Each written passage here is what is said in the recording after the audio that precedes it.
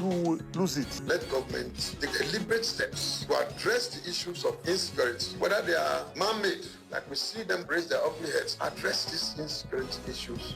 We must protect the lives of Nigerians. There's a disconnection between the people of Nigeria, the voters, and the people that have been voted for over the years. When there's expenditure without a budget appropriated by the National Assembly, it amounts to extra budgetary expenditure. You and I occupy the highest office. The power belongs to people. If you want to go into semantics, if you want to go into the whole politics of it, let's focus on that. The highest office is the office of the citizen, and that's the office that I occupy.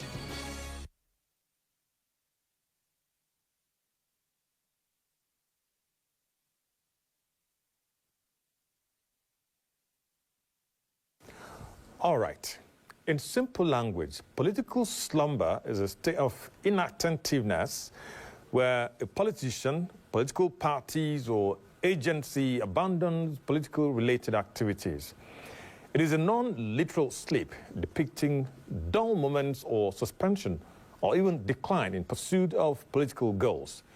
In the same vein, waking up from slumber implies a sudden reawakening or a call to action from politically inactive life. Now, the sudden break from seeming dullness perhaps, rightly captures the warning from the apex electoral body in Nigeria, the Independent National Electoral Commission, INEC, to political parties against premature electioneering towards 2027 elections. As stipulated in the Electoral Act of 2022, 2027 campaigns begin in 15 months' time, but major political parties have begun electioneering campaigns for the 2027 elections well ahead of the 150-day limit stipulated by the law. Under normal circumstances, tentative dates for campaigns are February and March 2027. But more than 15 months to the polls, political parties are already canvassing for votes. Sadly, crucial issues of governance and statecraft seem to have taken back burner, as defections and endorsements are major headlines in the media from the APC camp. Reports in the media from the opposition camp are dominated by coalition talks and reconvention of some parties, besides huge billboards and posters which violates the Electoral Act are visible on the streets of the nation's capital and elsewhere in the country, proclaiming the re-election bid of President Bola Tinubu, even though the presidency disowned them a number of times. Now, is the INEC seeking to be assertive in enforcing its rule and Electoral Act with its warning to political parties, which depicted, of course, a sudden wake-up call from slumber? We shall examine this in our conversation on the program tonight. Ordinarily, a book launch is a promotional event designed to create awareness and generate excitement for a newly published book. But these days in Nigeria, the launch of a politically inclined book goes beyond connecting an author with readers to build a fan base. Such events have turned out to be real forms to make weighty political pronouncements, perhaps not even the money they make from publishing the book. In Abuja on Wednesday, 2 books on PDP and unfolding political issues in Nigeria, authored by Ike Abonyi, a journalist who served as media advisor to 2 PDP national chairmen, were unveiled. The event was attended by leading politicians. The keynote address, titled, "How Did We Get Here?" was delivered by former Minister of Information and the former President of Ohaneze Ndigbo, Chief John Nyawodo. Take a listen to the sound bites from that event. We'll keep recognizing the presence of our distinguished guests on this occasion.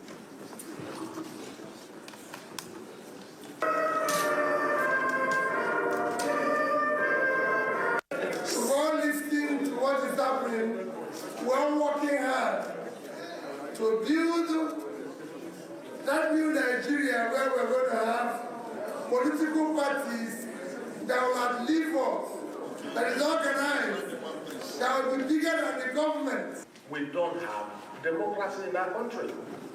There's none. What we have is a platform for winning election. And after that, people just, we don't have. our country is gradually moving in the wrong direction to a place where you can say, Nigeria is on the verge, or Nigeria in liquidation, presided over by Bola Tinubu. It derived from the name of the building housing the headquarters of the People's Democratic Party. It's a 168-page work that mirrors the few years the author spent at the headquarters of PDP, serving as a media advisor to... All right. We are discussing tonight the 2027 political calculations. Is governance on recess? That's what we're talking about tonight. And I have here in the studio an election observer, very vast in election observation duties and all of that. He is no other than Dr. Gabriel Nwambu. Many thanks indeed for joining us on the program tonight. Good evening, and thanks for having me. You see, electoral reforms may influence whoever wins or loses, an election, no matter the level of election, National Assembly, presidential, local government election, and whichever one of them. But do you think our politicians are truly in support of electoral reforms, as we have heard it a number of times so far? Yeah, thank you so much.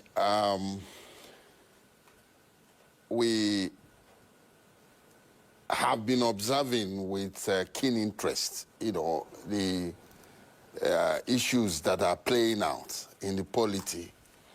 Nigerians are talking about electoral reforms. INEC has also submitted a bill.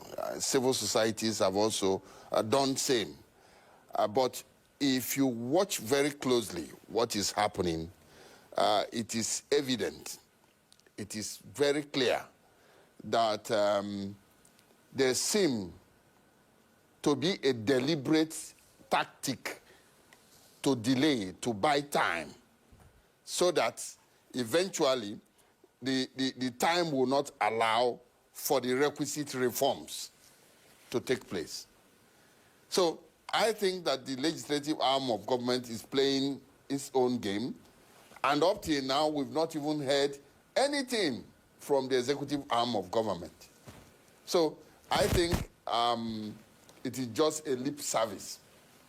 The reality is that the body language of both the executive and the legislative arm of government is showing very clearly that we are not ready for electoral reforms. It is just lip service, and it is aimed to just buy time, and at the end of the day, they will now say, you see what is happening, we cannot make the requisite reforms because of time.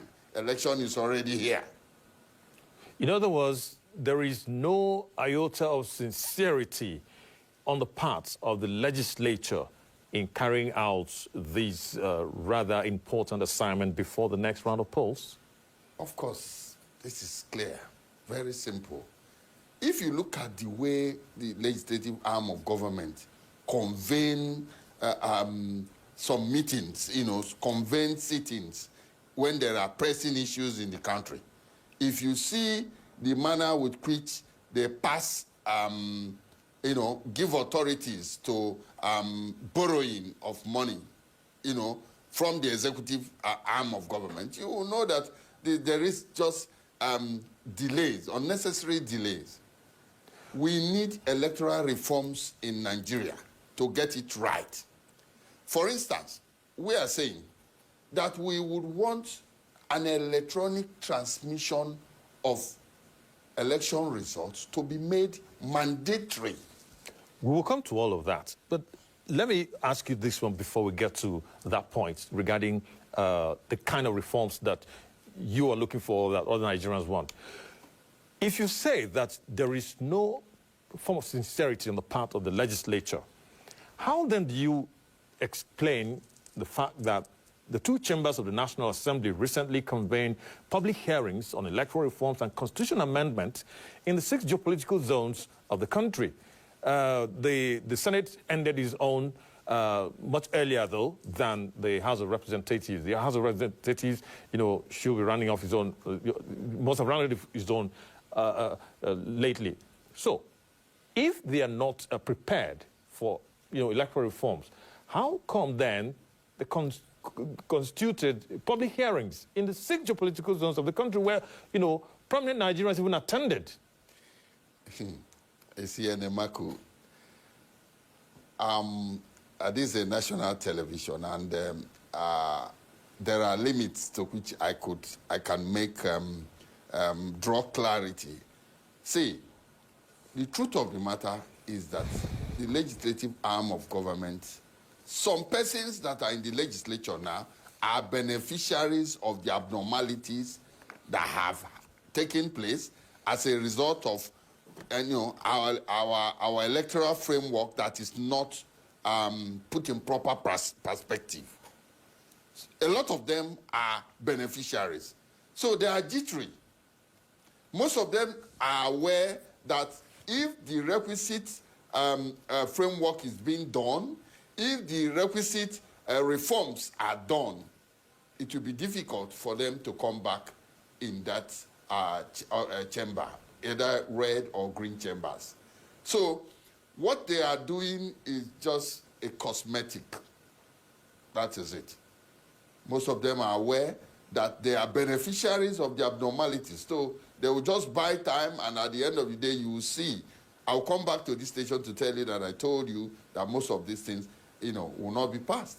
And you see, there are sensitive areas that will make our elections close to perfect. Give me like a few of them. The kind of reforms that you are looking at. Correct. Number one, we are saying that the appointment of the INEC chairman should not be done by the executive arm of government, so that the chairman would be completely, not just the chairman and national commissioners and resident electoral commissioners should not be appointed by the president and commander-in-chief, so that they will be insulated, completely insulated from executive interference. Now, we are proposing that it is pertinent, it is imperative we bring in bodies like the NJC, the National Judicial Council, to make the appointments so that it would seem, we know that these things might not be 100% perfect, but at least it gives it some very, very, very clear moral backing. It makes it look more transparent than the executive arm of government just appointing them directly. It doesn't make sense. That is one. Two, it is also pertinent that funds that get to INEC come directly from the federal allocation, directly to INEC. Instead of every time INEC needs money, they will now go cap in hand, go through the legislative arm, go before funds will get to them. That is wrong. So in other words, the executive and the legislative arm of government can deliberately decide to starve the commission of funds. All right. So that they will be compelled to possibly do their biddings. So these are some of the, issues we have actually opined. If you talk about the representation of, women and people with living with disabilities of any kind, all that, we want a definite number of seats to be reserved for these special people. Yes, so that we have more inclusivity in terms of the participation of women, affirmative action, for women and people living with disability, including albinos. All right. So these are some of the issues, we think, we should do so that we get, and then we have the compulsory and mandatory transmission of election results. In other words, electronic transmission of the results. Yes, electronic transmission of results. That is, the Form EC8 series should be transmitted directly from the polling unit level, straight to the central server. And that transmission should be made compulsory with very stringent, as much as 10 years imprisonment for any presiding officer who refuses as a result of issues emanating from himself, who refuses to transmit, should serve at least for 10 years, so that it will be stringent and with no option of fines. So this will make it, very serious, and it will make Nigeria appear to be a more serious and concise nation. Not when the interpretations in courts have differed, you now have the manual, and up till now it's not even very clear. Each time they go to court, the interpretation, seem to support the manual system of result collation. Okay. You understand? So it makes it, for those who manipulate, it makes it easy for people who intend to snatch ballot boxes, to continue to perpetrate their actions. Okay. Now, we also opine that INEC should be unbundled. There should be a separate commission that is in charge of prosecution of electoral offenses. Election petition tribunal? Yes, a petition tribunal, other than INEC. Party monitoring? Yes. And all of those? Party monitoring and party registration should be another body too. All right. Then we are also saying that it is pertinent we do all the elections, including that of the local government, one day. Okay. That would increase voter participation. We talk about voter party all the time. You don't think that is going to aid election rigging and all that when there are so many elections and INEC is no longer able to monitor all of this in one day? INEC is going to prepare very well. Remember, it has not been unbundled yet. So in the event that comes first, if all the bills, the proposals made by the civil societies is implemented, I think it will go a long way in strengthening our democracy. Let me take it back to something you mentioned, which is quite very interesting to our audience. You talked about electronic transmission of results. That's, making more use of technology in the times that we are in, which is good. But INEC is already making use of technology. Remember the beavers, and of course, the last election when INEC promised to transmit election results, to paste election results on the IRF in real time. But INEC itself later announced that they had technical glitches and the result couldn't be viewed as it promised. And apart from that, you mentioned INEC sending election results to INEC Central Server. There was a time INEC denied having a Central Server after it admitted that it did have. So will the introduction of more use of technology be accepted by INEC to begin with before it can even talk about, being sustainable? Of course, we have to get everything cleared. You see, the 2023 general elections, was, especially that of the presidential election, presidential and National Assembly elections, we know what happened. INEC actually apologized that they had a technical hitch, Now, but what we as Nigerians are still asking is that technical hitch, we do not know what has happened. Who is responsible for the technical hitch? What actually transpired? Was the server deliberately switched off? Nigerians deserve and have the rights to know some of these things. The fact that some of these things are shrouded in darkness makes people more inquisitive. They want to know. And who are responsible for that central server? And why was it switched off, if it was switched off? Why was the technical hitch, the technical glitch, why was it, why did it take place in the presidential election? On the day that it promised to display the results? Well, in the State Assembly and the governorship elections, it was okay. So what happened?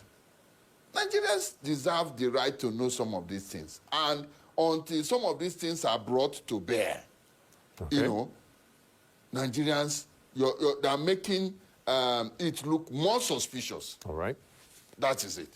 Now, talking about INEC, it is the country's only apex electoral body at this point. It has not been unbundled yet, so everything regarding election at all levels begins and ends with INEC. He gave a warning today, and it appears it has suddenly woken up, to live up to his duties, to his mandates. It gave a warning, a serious warning at that, to all political parties in Nigeria to stop forthwith the campaign and electioneering activities towards 2027 polls, because it is